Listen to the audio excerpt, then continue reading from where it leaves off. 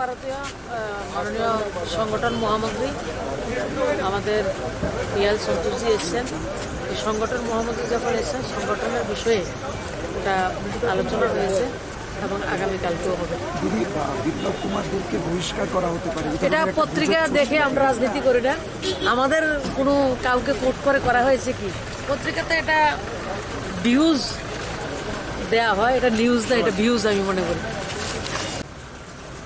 আমাদের সর্বভারতীয় সাধারণ সম্পাদক অর্গানাইজেশন মাননীয় সন্তোষজি আজকে এসছেন এখানে।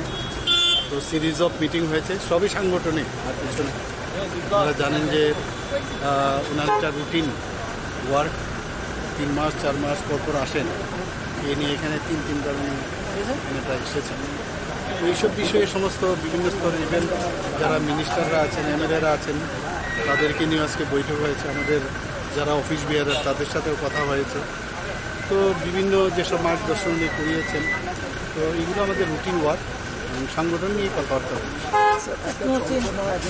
বিশেষ করে তাকে বলা যায় গুজব ছড়ছিল, এই গুজবটা নিয়ে আপনি কি বলবেন? নো কমেন্টস, এই ধরনের কোনো ব্যাপারই নেই।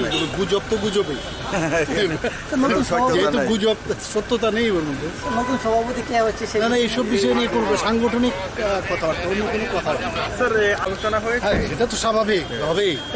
ইলেকশন সামনে, তো ইলেকশন নিয়ে আমাদের বিভিন্ন যেসব আমরা কি করব আগামী দিন সেই বিষয়গুলো কথা হচ্ছে। স্যার আপনি আজকে দিল্লি থেকে আসলেন, দিল্লিতে আজকে আসেনি, আমি কালকে এসেছি বিকেলে।